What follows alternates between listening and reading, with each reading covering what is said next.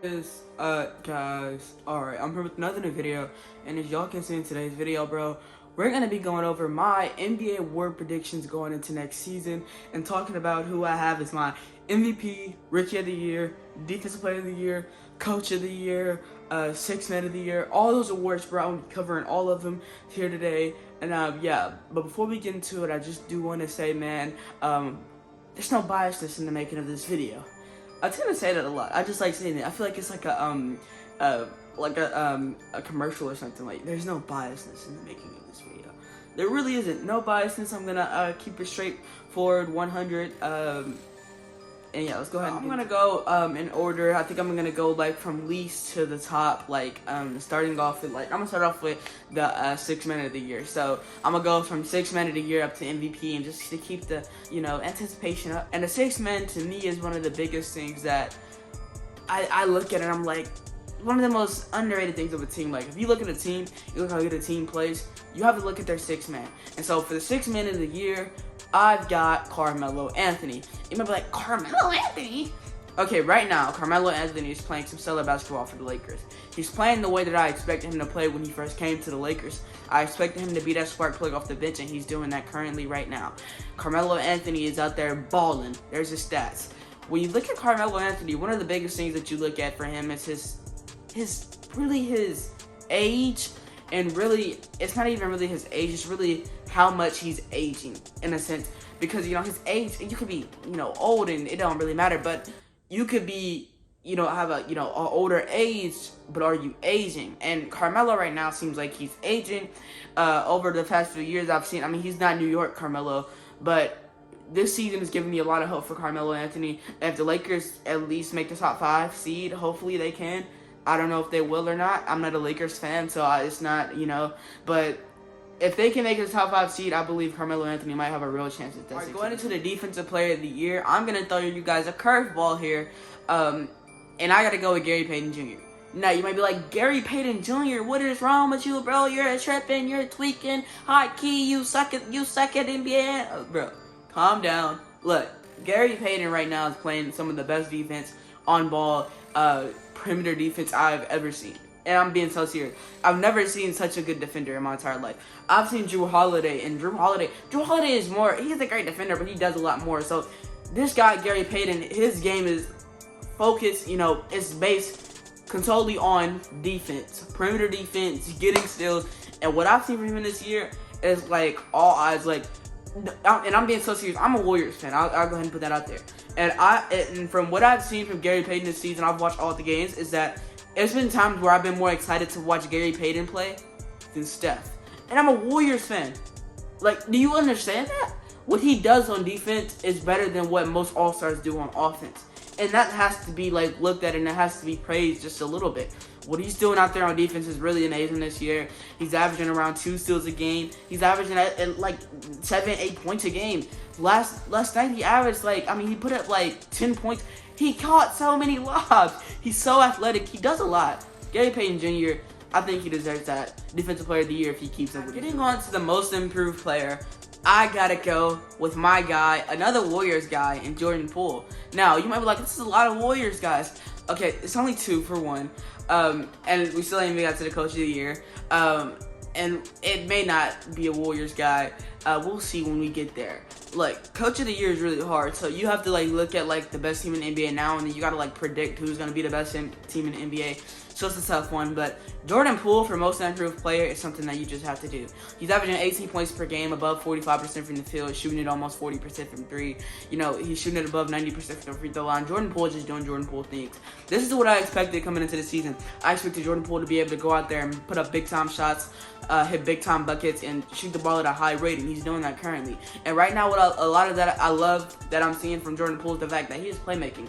He's not just being a one-way guy. He's playmaking the basketball. When you can playmake and you can find other guys along with just finding yourself, it's something that it's a real skill. It's something that you have to really implement in your game. That's one of the things I've been looking at Tatum. I've been like, Tatum needs to put that in his game. JB needs to put that in his game. Shai Gilgeous-Alexander already has it, but I would like to see it a little more, to where you're not just doing everything that you do to score, but doing everything for them so they can score.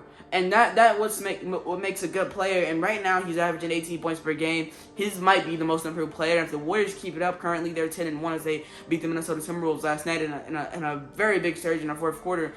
He'll probably get it. And that's the coach of the year. The coach of the year is one of those things that you have to look at it. You got to be like, the coach of the year is like very vital. And I was just talking about it a little while ago. When you think of the coach of the year right now, you might be like, it'll be Steve Kerr because they have the best team in the NBA, best record. But then you might be like, but who's going to end up being the best team in the NBA? It could end up being Eric Spoelstra. It could be Monty Williams. You never know who the coach of the year may be. But my prediction, and I just said the three people that I had in there, it's between Monty Williams, Eric Spoelstra, and Steve Kerr for me. And for me, I got to go with Steve Kerr.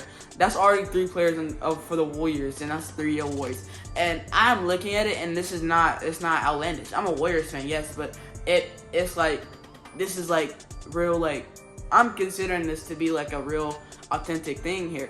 And you look at it, I'm looking at Steve Kerr, and I'm looking at what he's doing. People have always said, Steve Kerr, if I had 5 All-Stars on my team, I'd be the best team in the NBA too. And people always say that. But look at the Lakers. Look at the Paul Gasol, Kobe Bryant, Steve Nash Lakers. They were like, they were like so hyped up, and people thought the Lakers team was gonna win it all, and they did it. Why? Because they didn't have the right offense. You have to have a good offense to win, no matter how many great players you have on your team.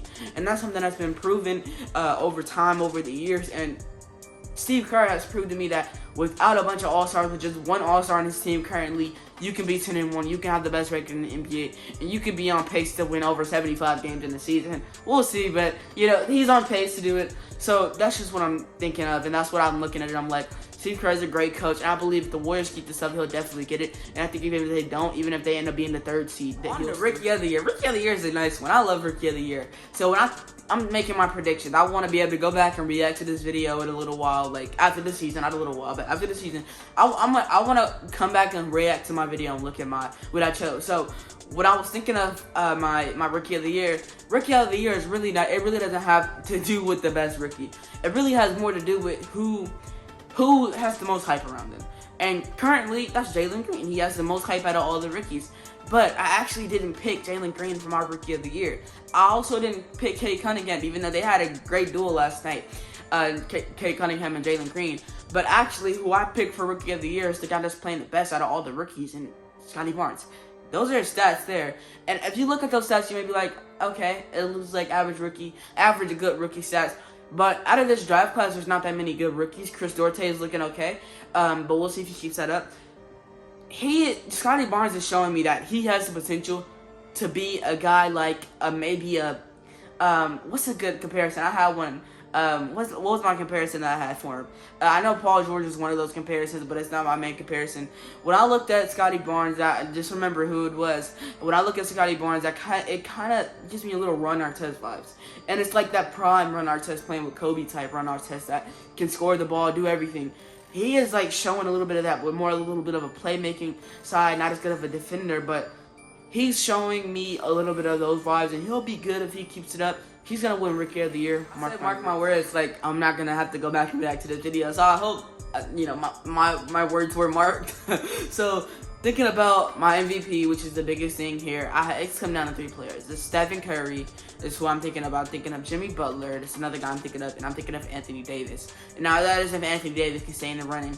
And those are my top 3, and it's very evident who I'm gonna pick is Stephen Curry. I'm a Warriors fan, so my awards prediction is probably kind of biased to some people, but to me it's really not. This is like very, very, like, this is like my real, like, truthful thoughts, and not just me being biased. So it's like, I actually believe this actually might happen. The Gary Payton one's a little iffy, but for Steph Curry winning MVP, I mean, it's gonna be evident. Those are his stats. He's averaging 27, 7 and 7. He's shooting it, the efficient, it's gonna get up more, and he'll be fine. He's gonna win MVP.